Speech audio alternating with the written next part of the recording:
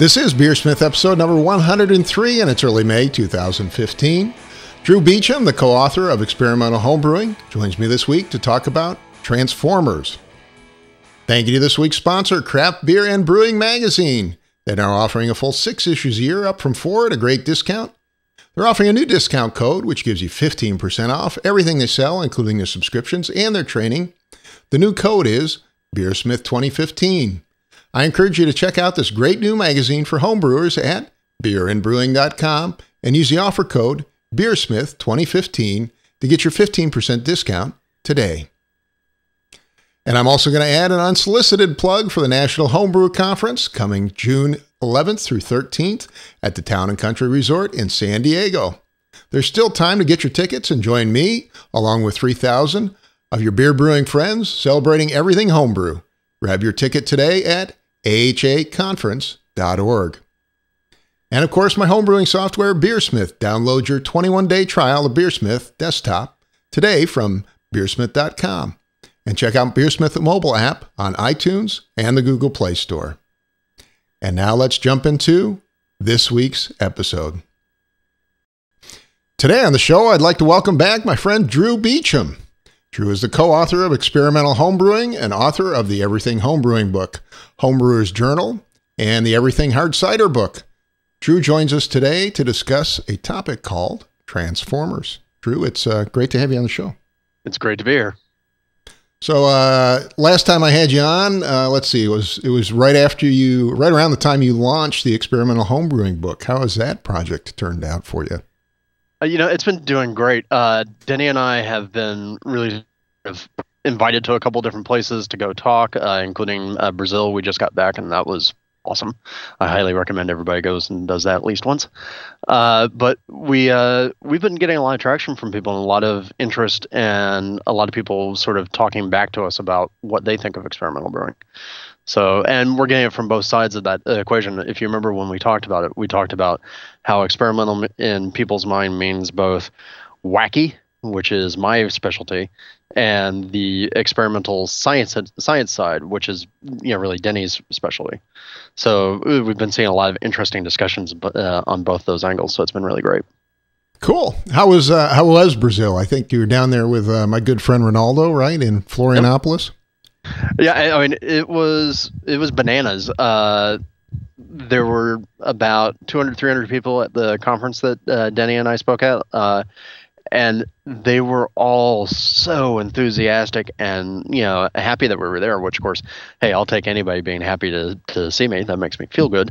But they were super excited. And you would think, since Brazil's relatively a newcomer to the homebrewing game, that, they're way behind us. The beer's not as good, et cetera, et cetera. But what I saw there was I saw a lot of people with great technical knowledge. They knew just as much as American homebrewers do. They actually probably know their lagers a lot better than we do. And their big hampering thing right now is not having access to the same ingredients that we do. But they're working on resolving that. So I think with the information that everybody's been sharing online and the books that they have, I would say that the Brazilians are going to catch up to us in a heartbeat. So today you want to talk about something called Transformers, and I assume you're not talking about the movie or the children's toys here. Definitely not the movie, and the children's toys bring me back to my childhood, but no. In this case, when I talk about Transformers, I'm talking about recipe transformations. So obviously I'm a big recipe guy. It's part of what I love to do about brewing. It comes from my background as a part-time chef and various things. Mm-hmm. So I tend to think recipes. Now, one of the problems is, we look at those big panoply of styles that we get from the BJCP, which of course is now even becoming a wider range. Yeah, they just released a new style guide. I've been working on it all week, actually trying to get it into BeerSmith. I don't envy you because, wow, that's a big task. Yeah, it's. I think the document's about twice as long as it used to be, something like that. Yeah, I'll be really curious to see how that actually gets applied in the real world of competitions as opposed to just talking about beer styles. But we see these guidelines, right? We get this big thing, and like, well, I've never made an Eastern European Czech lager or some such, and how do I go about formulating a recipe for that? So there are a couple of different approaches, right? One is we'll wing it. We'll try a couple of things that we think is good. We'll taste the beer, decide that that's not right, and then wing it again and try and tweak it to make it better. Go into like recipe design books, go pick up your copy of Brewing Classic Styles. But of course, now with the new BeerSmith guidelines, Brewing Classic Styles is going to have to be updated with new style recipes. Go pick up any recipe book and go and use that as a reference point. Go search online. Go find somebody else's recipe for that thing. Use that as a starting point. And those are all perfectly valid techniques. But when I talk about transformers, it's because I realize that one of the things I tend to do is I don't necessarily know if I can trust somebody who's put a recipe online, but I know I can trust me. I know that what I've made in the past works for my palate and works to my taste.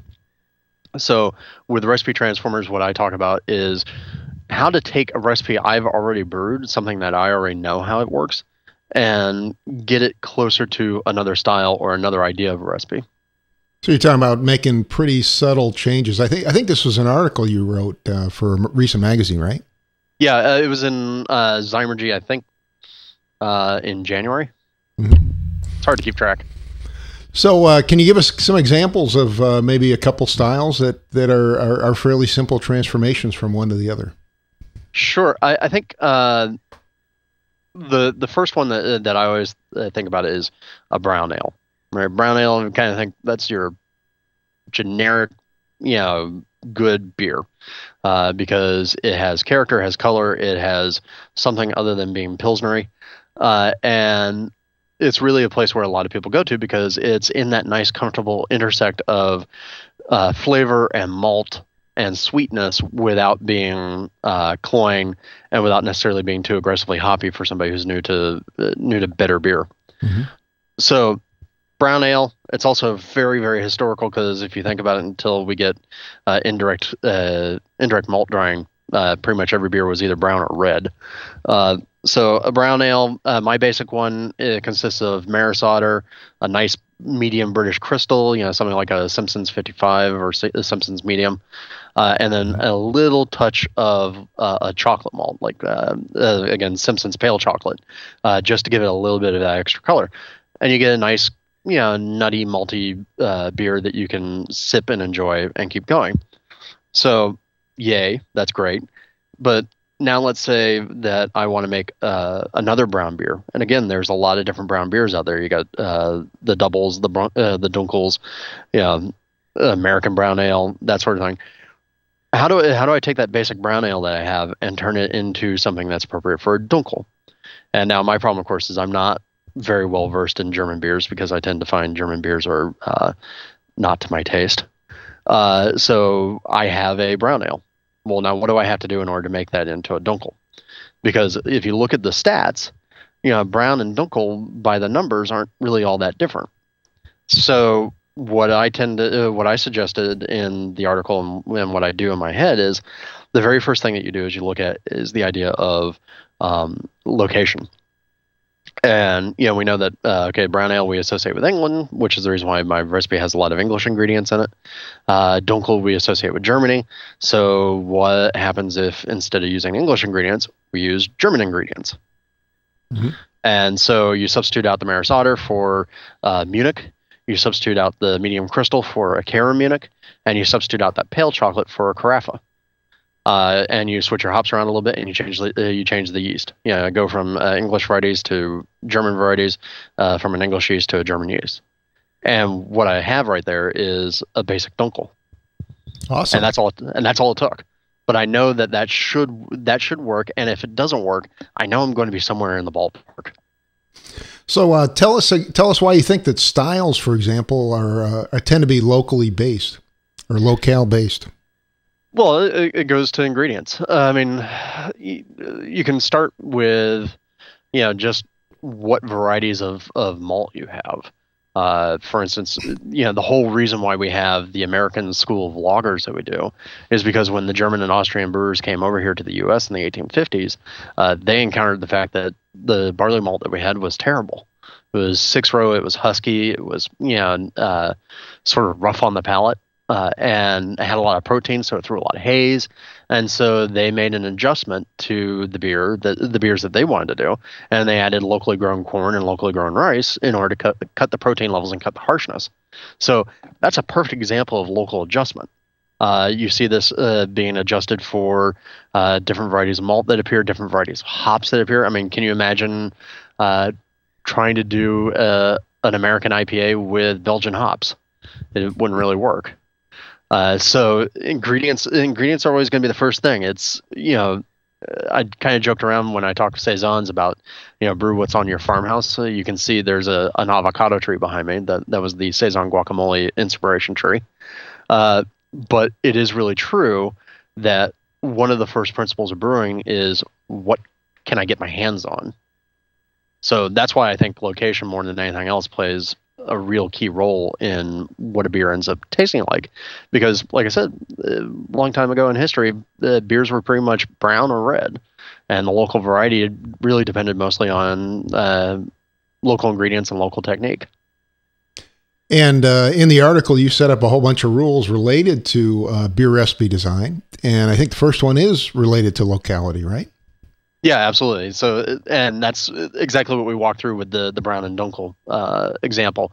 The idea is pay attention to your location, pay attention to what you have. For instance, that at least historically speaking, you weren't going to see a ton of American hops and English beers. Now, of course, if you go and you read, you have to be careful about some of this, because if you go and read like Ron Pattinson's stuff, where he's actually gone and dug back through actual brewery logs, you'll see that they were getting a ton of American hops, particularly cluster, over in England for use in bittering. So we have to be careful about how strict we want to be about some of these rules, or about how strict we want to take our beer history. But still, there's that idea. American beers were ruled forever by cluster, and cluster tastes distinctly like blackberries and cat pee. So American lagers, if you wanted to go and do something, they do. I mean, there's a great joy in the fact that the American hop industry grew up and decided, why don't we make hops that don't taste like blackberries and cat pee? And by the way, cluster is the reason why American hops have such a bad reputation overseas until relatively recently, because that used to be the main one they would say. But yeah, the location, pay attention to where your ingredients from. It's super easy nowadays, at least for us here in the U.S. You can walk into your homebrew store and find malt from pretty much any of the major brewing powers. You can find British malt, you can find American malt, you can find Canadian malt, you can find Belgian malt, et cetera, et cetera. So you don't really have a good excuse for not using them. And for anybody who says, but cost, at the homebrewing level, you're talking maybe a $5 difference if you're shopping at a regular homebrew store. So really suck it up and use the right stuff. Good advice. Well, here in the U.S., though, we've seen it's kind of interesting. We used to have a lot of local hop growers and local barley growers, but now it's all been taken over, sir, by just a few areas of the country where all these things are grown. Well, but what's really cool, though, is we're starting, just like we saw in the craft beer world, or the beer world, I should say, the trend of going from consolidation to these, whatever it was, 72, 46, 47 breweries, depends upon who you ask, to the now greater than 4,000 breweries that we have. That same thing we're starting to see with grain supplies as well. Mm-hmm. So, and hop supplies. I can't tell you the number of states I've seen where there are projects now to return hop growing to what had been traditionally hop growing regions. So there are big projects going on in upstate New York to do New York hops again. There's a great project going on in Upper California to restore California hop farms. There's still been one or two that have been operational, but now they're trying to bring them back. Of course, now we're running out of water, so we'll see how that goes. And that's the hop side of the equation. But now what's really exciting is we're also starting to see it with malting. So now there are all these little local maltsters that are appearing. Probably the best known one right now is Valley Malt over in New England. But even here in Pasadena, I don't have a local maltster that's arrived yet, but I have a local flour mill that one of the things they have on hand is our craft heritage wheat strains that have effectively disappeared from common parlance. And so now I go over there and I'm the weird guy who goes and says, no, don't mill this into flour. Just give me 10 pounds of wheat. And so I'm getting, I've had in the past from them an old Sonoma strain that is a California heritage strain. Another one from around, I want to say Lompoc. And then a third one, which is not local to California, but was too ridiculously fun not to pass up, is a Tibetan purple barley. Awesome. So even though we're talking about there's all this consolidation, even now we're starting to be able to see some of this locality return thanks to localvorism. So yay, take advantage. Yeah, I'm glad it's coming back. I just as an aside, one of my and I forget how many greats we put in here, but great grandfathers was actually a hops grower in central New York. See? Return into the fold. Yeah. He grew a hop somewhere near Cortland, I believe, in central New York. Anyways, I wanted to move on to rule number 2. Let's cover your second rule. All right, yeah. So rule number 2, again, it's pay attention to location, but this time it's pay attention to the water.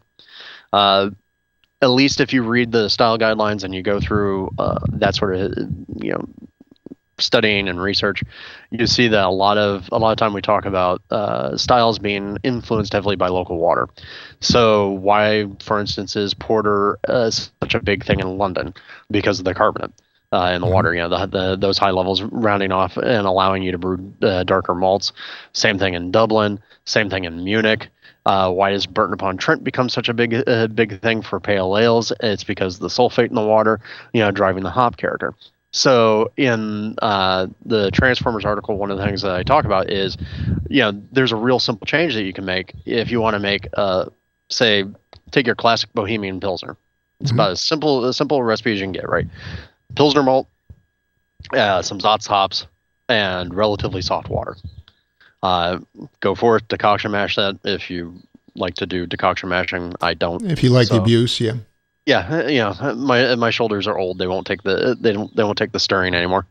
But if decoction mash, you ferment it, ta-da, done. You get a very hoppy, hop aroma and hop flavored beer that isn't terribly bitter because of the softness of the water.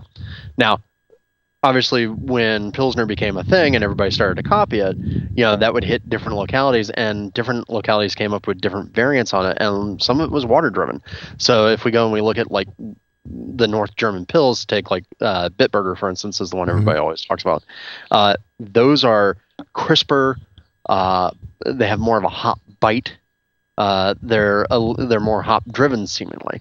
And really the primary difference is the fact that the water around the North German breweries where they're doing this have a higher mineral content. So the only real difference between it is, okay, so we're not talking Bohemian Pilsner malt now, we're talking German Pilsner malt, and we're not talking, Zotz, we're talking, some German noble hops like Tettnang or Spalt or something like that. And a little bit of mineral to the water that then makes that hop punch out on the palate more. And so that's another form of transformation. Awesome. One of the things that you brought out in your article, which I really like too, is you tell people to look at the overall water quality and character and not just look at replicating, London or Burton-on-Trent or some arbitrary city. Yeah, I think, I understand why those tables are in various books, because you want to kind of show people, oh, look, this is what the water was like. But I think where people get sort of screwy is where having those numbers fires people's OCD so that they feel like I must match the numbers. If I'm going to be correct, the numbers must match. The problem is those numbers that you see are averages, or they may be from one particular period of time. They may be from one water source. For instance, if you look at like the numbers from Edinburgh, it's like Edinburgh's water changes drastically based on what wells you're pulling out of. So different parts of Edinburgh, radically different qualities of water. And if I understand it, a lot of these breweries even treat the water, which is an interesting thing that's overlooked. Yeah, and so I mean, you think about it, it's like, okay, somebody who's got a lot of carbonate in the water, their water's very hard. If a brewery just uses that water liquor straight, they're going to be dealing with a lot of hard water problems in their piping. So yeah, I mean, a lot of these breweries are treating the water before they're even using it. So you can't tell if those tables are the pre or post treat. I assume they're pre treat. And so I kind of think it's a little bit of folly to just go and rigidly go, I will now match this water ion for ion. Mm-hmm. And instead, what I think people should focus on is those general qualities. Yeah, if I want something that has a Burton on Trent quality to it, then I obviously want a water that has a fair amount of sulfate in it, and not worry about the rest of it. If I want to match London or Dublin, then I need those carbonates in there. But don't try and get down to the point where your OCD is going, I got to figure out how to add 0.1 gram of calcium sulfate in order to match this calcium ion count. I kind of think people get a little lost in the weeds when they do that. Yeah, and I don't think it helps the beer at all. Well, let's move on to rule number 3. Okay. Rule number 3. Rule number 3 to me, that's practicality. And I've talked about this before with something like Brewing on the Ones, where or Smash Brewing, where you see a lot of people get really obsessive about lots of little tiny malts and lots of hop additions. Very complicated grain bills, very complicated hop bills. Mm-hmm. And the problem is that I don't. You're not going to do that in a commercial brewery. You're not going to have your brewers lugging up, 1/8 of a sack of something to put into the mill. And they're not going to do 50,000 hop additions with 20 different varieties because continuous hopping is one of my favorites. Yeah. Yeah, but I mean they have a lot of time, or they have a lot of things to do in their time. It's not like homebrewing where. One of my favorite jokes is that homebrewing is 2 hours worth of work crammed into 8 hours. So in a professional brewery, those 8 hours are filled with other work. You're not sitting on your butt having a beer. So the practicality rule is really about, okay, after you do your transformations, after you do figure out what your water should be, what your grain transformation should be, stop and take a look at the recipe and think about it from a practicality standpoint. What's somebody in a professional brewery going to do? Now, again, I will preface this with what I always have to preface any of my philosophies on. Just because I'm saying this doesn't mean that you can't do it the other way. You can make a beer that's continuously hopped that's fantastic. You can make a beer that is has 50,000 malts and is fantastic. These are just guidelines, so please don't email me saying, but my Rogan beer with 500 malts is fantastic. You're a liar. What's your email address? We need to give that out too. Yeah. Drew@maltosefalcons.com. There you go. Yeah. So if you get any complaints, right, Drew? Yeah. I was going to ask, so we did an episode on Smash, I think some time ago, and people can probably pull it up on the podcast archives. But what do you mean by brewing on the ones? Might be an interesting topic to cover. Yeah. So Smash is a wildly popular thing for people to do. So the 30-second primer on Smash, for anybody who hasn't been paying attention to homebrewing, single malt and single hop, term coined by homebrewtalk.com a few years back. And the idea is that you choose one base malt and you choose one hop, and that's all that's in your beer. So you make a beer that consists of nothing but Pilsner malt and, say, Cluster if you wanted a terrible beer. Or one of my favorites is Maris Otter and Amarillo, to have a really kind of nice, chewy but lightweight Amarillo Pale Ale. Sounds really nice. Yeah, and so a lot of the idea behind Smash, at least the way people use it online, is to better explore your ingredients, get an understanding of what exactly are the qualities that you get from something like Maris Otter, what exactly are the qualities that you get from an Amarillo hop. Why do your cluster hops smell like cat pee and blackberries? And there are a lot of great styles that are done. I'm getting the feeling you're not a big fan of cluster hops. No, I don't know why you'd say that. But brewing on the ones that, so Smash is great, but Smash is also relatively boring, even though there are a number of styles out there in the world that are really smashy styles, like, say, the Pilsner example that we gave earlier, Pilsner Malt Zotz. So brewing on the ones was an idea about, okay, so let's take Smash and let's go a little bit further beyond it. And the idea is, if you're in the artistic world, it would be what would be called sort of choice constraint, and it's rules that you put around yourself in order to force yourself to focus. So simplifying, I guess, sort of along those lines. Yeah, exactly. Simplifying, but simplifying with kind of a clear line of thought. And really, brewing on the ones is a thought exercise in a lot of ways, although it makes really great beer. But the idea is that, okay, so we're not going to do single malt, we're not going to do single hop. Now we're going to talk about one malt, one base malt, one specialty malt, one adjunct, one hop type, maybe one spice type. Like keep things in a very kind of simple linear fashion that allows you to have extreme focus. And so what this allows you to do now is suddenly, hey, there's Hefeweizen in there. There's the great Scottish, the greatest Scotch wee heavies. You have, you can make a Westie 12 in a brewing on the ones fashion if you believe the rumors that are out there. That's really just Pilsner malt and dark candy syrup. Ta-da!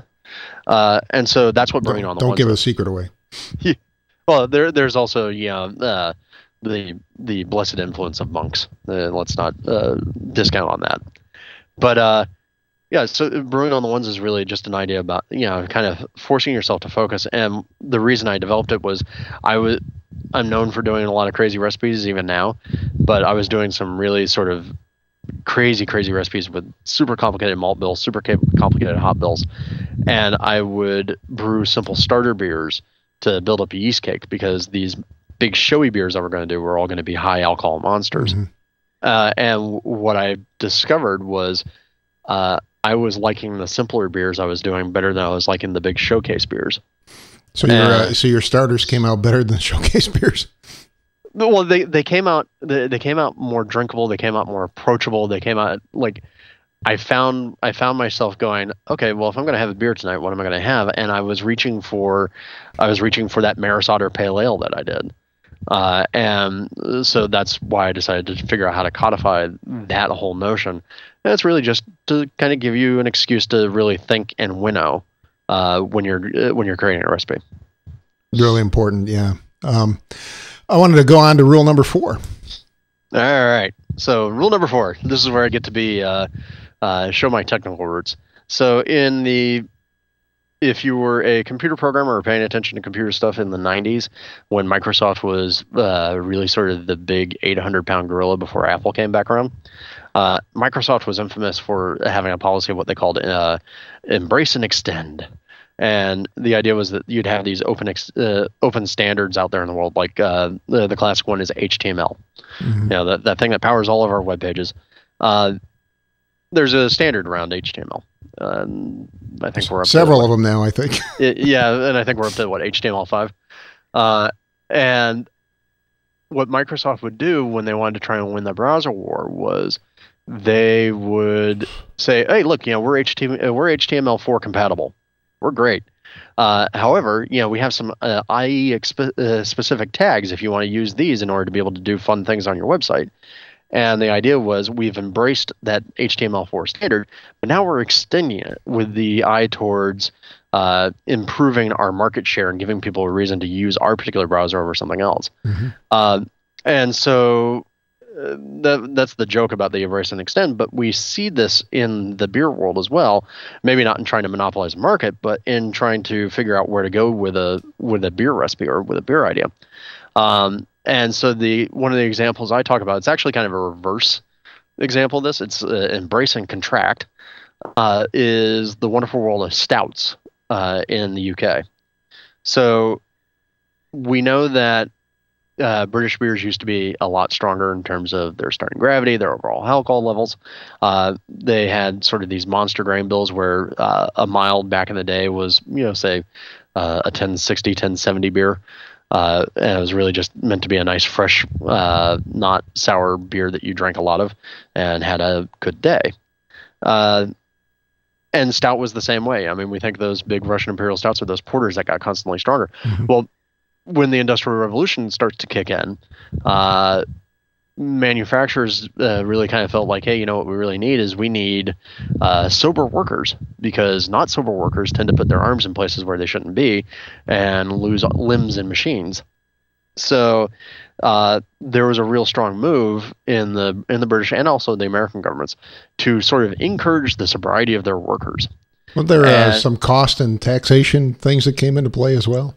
Yeah, exactly. So there was a great law that was passed. I think it was Gladstone's Free Mash Tun Act of 1883 or something like that, and nominally of taxation to raise money to pay for war bills, because the Brits were an empire at the time, so lots of marching around the world and having wars that they had to pay for.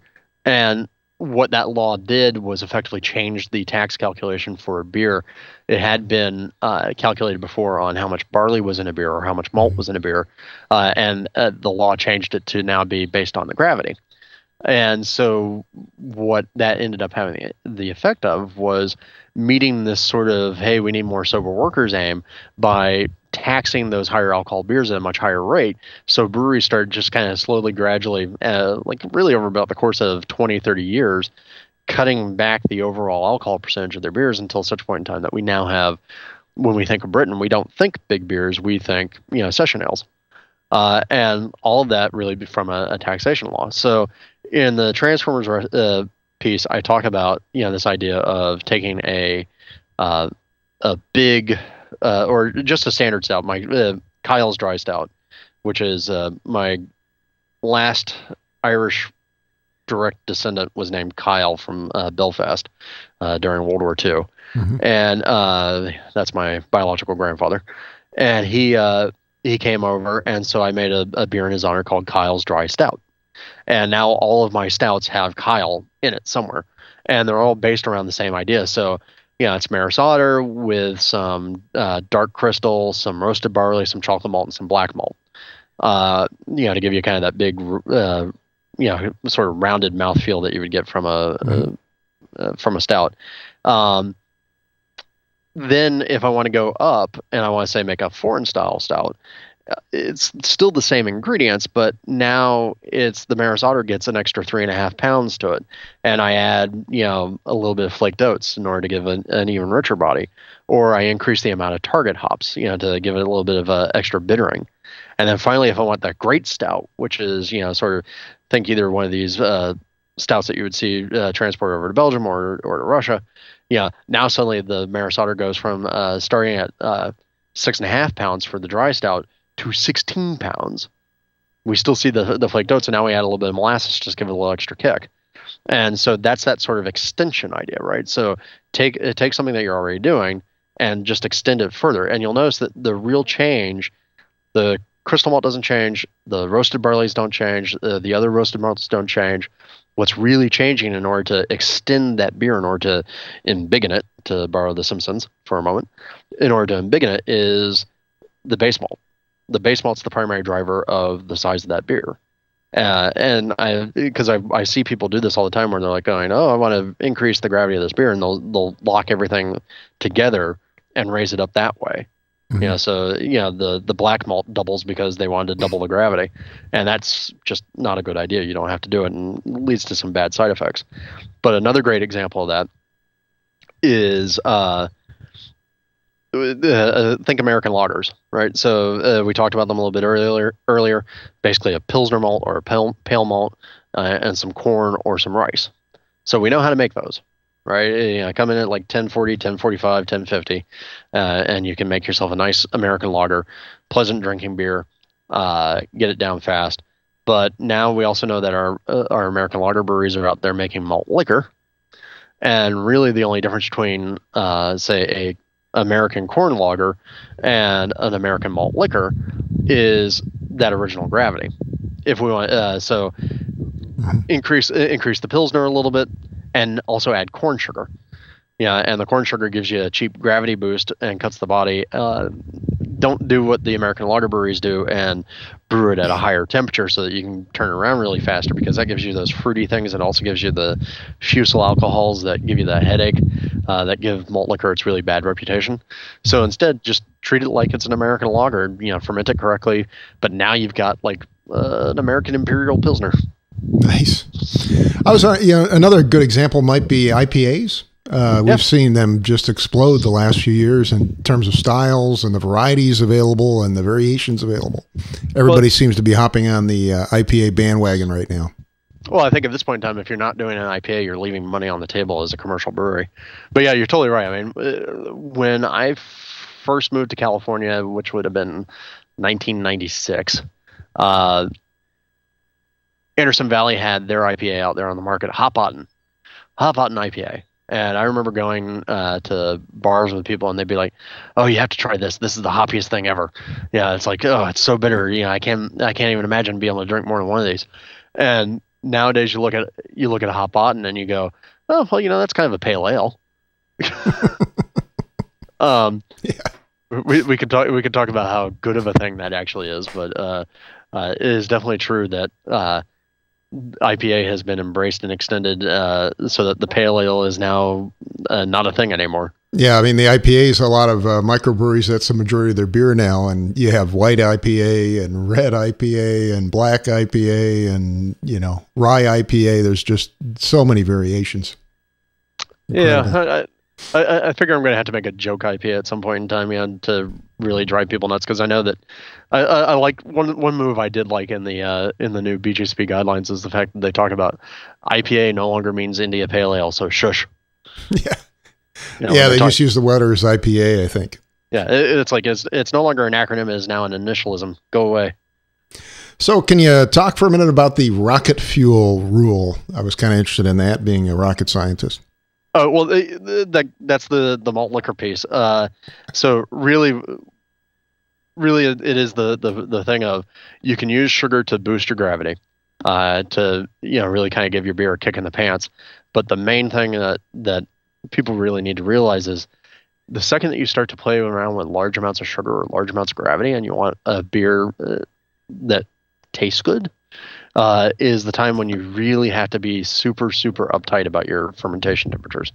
So again, don't play like the big boys do, because they've found a market for a very noxious tasting beer, at least to me. Instead, go ahead and actually, ferment this thing, and just like it was a lager, and make sure that you're keeping a tight control over your temperatures, so that you don't end up generating all those extra fusels, all those extra esters. And it's not just about malt liquor. It's anytime you're using sugar in a way to kind of get that gravity bump, but also the body cut. And so, like, for instance, another one of the recipes that was in there was the Hobo Devil, and we'll talk about a little bit more about that. But that has a large amount of sugar in it, and that's fermented with a Belgian yeast strain. But I find that with my Belgian strains, particularly any of the beers that I'm doing with a hefty dose of sugar, I always want to start those cool and keep those cool for at least the first 3 to 4 days, and then let them run up, because that way I'll get a cleaner beer, and I won't get something that tastes hot on the palate. Well, related to this, you had some special thoughts on the use and abuse of crystal malt, so I thought I'd bring that up. Yeah, crystal malt, don't do it. No, crystal malt is a crutch, I think, that a lot of homebrewers have depended upon. Not as much anymore, but still to this day, it's something that I see with a lot of recipes from new folks, where the beers are loaded with a fair amount of crystal malt, because, hey, crystal malt will give me color, will give me sweetness, will give me body. Yeah. The problem is, I find that if you're using much more than, say, about a pound of crystal malt per 5 gallons, then I think you end up with a beer that is way too sweet, way too caramelly, way too thick on the palate, and doesn't really get out of the way, and it doesn't really allow you to express a lot of your flavors. I think a lot of it's carryover from the old days when we used to all do extract brewing, or at least started in extract brewing. I wouldn't even say it's a carryover from extract. I mean, yeah, in the sense that you know that as an extract brewer you can always use crystals because they can be steeped, but I think it's more of a hangover from the period of time when we didn't have the big wide selection of everything that we do now. So people in an attempt to, they didn't want an acridness from a dark malt, so they were doing their reds with a heavy amount of crystal in order to get that red color. And oh, hey, look, we've got a sweet beer out of it. So I think, and my rule is always, again, a pound per 5 gallons at the most. If you want extra body, consider adding, an adjunct like an oats or a wheat, or use a Munich or a Maris Otter in order to give you some more toasty notes and give you some more malt richness, but without getting that sweetness that you get from caramel or in crystals. Yeah. I think one of the risks too, when you get to the higher colored crystal malts, they can start to get really acrid in terms of flavor. Yeah. And I always see that with like old school Belgian quad recipes. Before we started to be able to get the dark candy syrups here, you always were seeing like everybody's quad clone had 10-20% of Special B, and Special B is a great malt, but it needs to be used relatively sparingly because you can get those real nice braising characters from it. But yeah, you start to pick up sort of the roasted burnt notes if you start using too much. Mm-hmm. Well, let's move on to rule number 5, which I think is the last one. Yeah, rule number 5, history. And this is where I always get into trouble. I will preface this by saying the beer history that we are taught as beer drinkers and homebrewers and amateur brewers is usually a filthy, dirty pack of lies. They are romantic stories told by brewers to people drinking beer, or by people who are drinking beer to other people who are drinking beer. So isn't that all of history, really? Well, yeah, but at some point in time, you'd hope there's like actual documentation. So I guess, if history is written by the winner, beer history is written by the drunks. But as we've seen with, again, referring back to Ron, actually digging back through the brewing archives, you can see a lot of the stuff that we know from these stories is really just romantic claptrap, and it's stuff that's designed to make your beer seem more special. So that's the preface. But having said that, there are pieces of brewing history that we do know. And a good example of that is Duvel. And I talk about this in the article. So people love to have this romantic image of Belgium, particularly since they talk about their monasteries have been brewing since 1200 and something, 1300 and something. That these beers that we get nowadays from Belgium are ancient pieces of beer history, right? This is how beer existed in Belgium from time immemorial. Probably not, huh? No, not even close. Most of the beers that we know from Belgium date from no earlier than the 1920s. Because what ended up happening was the Belgians basically always brewed table beers, sessionable beers designed for workers to have, for farmhands to have. Beer was just a thing that you had a lot of. But World War I hits, and Belgium's right in the middle of World War I. All those great big battlefields that you hear about in like Dan Carlin's current podcast series. A good number of those are in Belgium, and the Belgian countryside is just destroyed by this fighting, and the breweries were destroyed too. I mean, both sides, whenever they were coming through areas, would essentially steal every piece of metal that they could, because in a modern army needs metal in order to work. And so the Germans would steal brew kettles, the British would steal brew kettles, anybody would steal brew kettles and piping and everything else and melt them down and turn them into ammunition. So the Belgian brewing industry after World War I had to rebuild, and the Belgians finally got on board with the whole hey, we also have to deal with keeping sober workers around to be able to do the coal mines and the steel mills that we have in the country. And the Belgians sort of took a unique viewpoint on prohibition. They didn't ban alcohol in general, but what they did ban was spirits. So you couldn't sell what had been at the time, really the sort of the most popular drink in Belgium was Genever, Dutch gin, which is slightly syrupy, slightly sweet, and sort of a real kick in the eyes. And so the Belgian Prohibition banned all hard alcohol. And this, by the way, lasted until sometime in the 1970s. So the Belgian brewers who were desperately trying to rebuild from all this aftermath of World War One saw an opportunity and said, well, look, if people can't have strong, spirits, they can have strong beer. And so the guy behind Morcott, which is the brewery that started that brewed Duvel or brews Duvel, Morcott went to the folks at the time who knew the most about brewing strong beers, and that were the Scots. And he supposedly went on a whirlwind tour of Scotland, including the McEwen's brewery, somehow acquired the McEwen's yeast strain, and came back to Belgium and started brewing these strong Scottish-style ales, which we still see nowadays in the form of like Gordon's Highland Scotch or Scotch to Scilly. It's still a thing that there's a Belgian Scotch ale, and this is where it comes from. And so he made a beer that was a strong Scottish ale that was called Victory Ale, because it was designed to commemorate the victory of the Entente forces over the Central Powers. And eventually the folks who were drinking it started calling the beer in Flemish the Devil, because it was apparently a nice strong beer that sort of snuck up on you and would make you pay a price. And so the beer became called the Devil, or Duvel. And then eventually, over time, this brown Scottish beer got morphed, thanks to Pilsner and the rise also of Triple, into the pale golden beer that we know nowadays, that will kick you in the teeth, just like the Devil.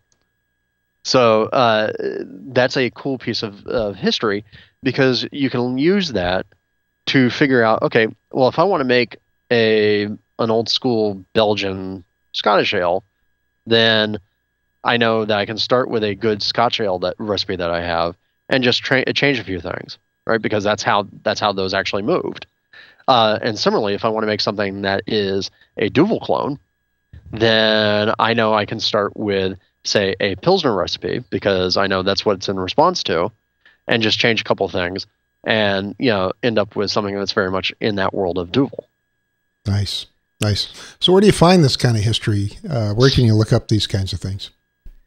That's a damn fine question. I know you can go to my library that's behind me. Yeah. No, I think I've just. I mean, if I hadn't gone to college to be an engineer, I would have gone to college to be a history major.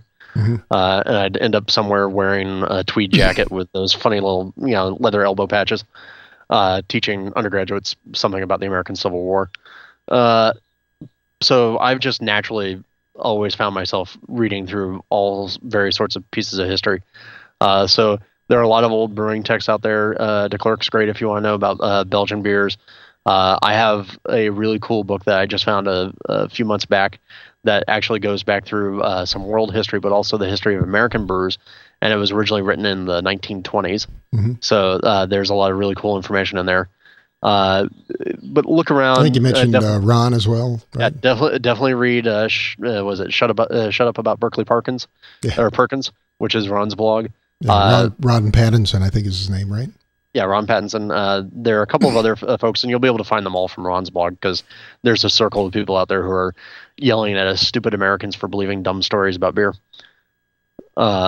So those are good sources of information. But really, it comes down to read a lot and don't trust what people tell you. Particularly, don't trust what brewers tell you, because brewers more than anybody else will lie about what they do. Well, we got to make up stories somehow, right? Oh yeah, absolutely. I mean, it comes back to people have been asking me a lot about saisons recently, and I have a whole spiel I go on about that. But one of the things that's definitely true and seems to be the case from the saison world is when the legend becomes truth, print the legend. The old Liberty Valance line. And so there's nothing wrong with a good beer story. Just be careful about calling it beer history. Yeah. Well, Drew, can you try and pull this all together for us? How do all these rules and all these topics we've been talking about fit together to make great beer recipes? Well, I think the main thing is stop and think about the heart of all the rules is stop and think about what the style is that you're trying to do.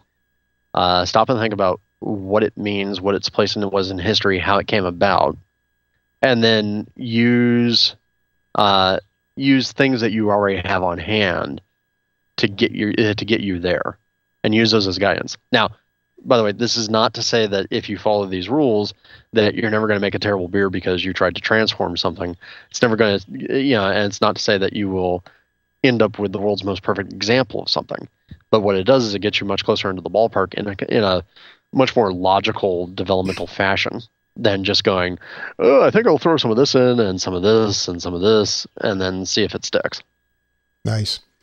Well, we talked for a moment at the beginning about your experimental homebrewing book, and you have a new book coming out as well. I wondered if you wanted to spend just a minute on that here at the end. Yeah. So apparently Denny and I are foolish and don't like free time. And so we are now actively working on, it should be done within the next month or so, a book that we're calling Homebrewing All-Stars at the moment. And the idea behind that is I'm a big believer in the value of brewing with others as a learning mechanism. You think about it, brewing was always taught as a sort of an apprentice art. And so I really, really, really feel like, the best learning I ever did was in that first year that I started being a brewer in '99. I went and I brewed with, I don't know, about 10 different people. And I learned different things from each of them. And I incorporated the ones that I wanted to incorporate, the ones that made sense to me. And I discarded the ones I didn't feel like I needed. And so with Homebrewing All-Stars, what we're really trying to do is put together a book that for the first time is sort of the not written from the authorial voice of God and authority position. Mm-hmm. And we're going to present the readers with about 20 to 30 different all-star homebrewers, people who are known for various things, and let them talk and walk you through how they brew, what their brewing philosophies are, if they have any stupid rules for recipe design like I do, and also try and help people figure out what their brewing personality is. So there's going to be a whole thing in there about different brewers' personality types, the recipe guy like me, versus the scientist process guy like Denny, or the person who's obsessed with wild brewing, or the person who's obsessed with gear, or the person who I always like to tweak my nose at, the traditionalist who thinks that the beer that was brewed, the way that was brewed 100 years ago is the only way to brew the beer. So we're going to have all those types in there, and we're going to help people figure out how those people brew, what they do, and who exactly you are. Nice. Well, I'm looking forward to that. When is that book coming out?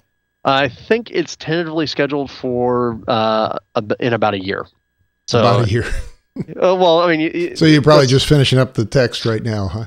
Yeah, we finish up the text next month, and then it goes through all the layout and photography and everything else. It turns out that putting together a book takes more than just two idiots sitting at a computer typing. Yeah, it's a long process. Well, congratulations on that, though. I'm looking forward to that. And in the meantime, of course, you can pick up Experimental Homebrewing, which is your latest release, I guess. Came out last fall with Denny Kahn. Well, Drew, I want to ask, is there anything else you'd like to add? Yeah. Keep brewing. Brewing is about the only way that you can actually make sure that you know what you're doing. That's some good advice, yeah. And of course, well, I always like sampling the beer as well. I think that's another great way to learn. Yeah, that's certainly a way to learn and adjust and figure out what you've done right or wrong. However, I would recommend that you leave the sampling portion for much later in the brew session. Yeah, probably a good idea. That's that 8-hour brew session you were talking about, right? Yeah, exactly. There's the real temptation of like, well, we're mashed in, I guess it's time to have the beer. And then the next thing you know, you've had 10 beers and you forgot to pitch the yeast. Not that I've ever done that. No, we've never done that, no. Well, thank you again, Drew. I really appreciate you being on the show. Well, thank you. Thank you for having me. Thanks again to Mr. Drew Beechum, author of the new book, Experimental Homebrewing, for joining me this week. It's great to have you on, Drew. Thank you. It's great. Thanks again to Drew Beechum for joining me. Thanks also to Craft Beer and Brewing Magazine, where you can get your 15% discount on their magazine or anything in the store if you use the offer code BeerSmith2015 when you shop at beerandbrewing.com.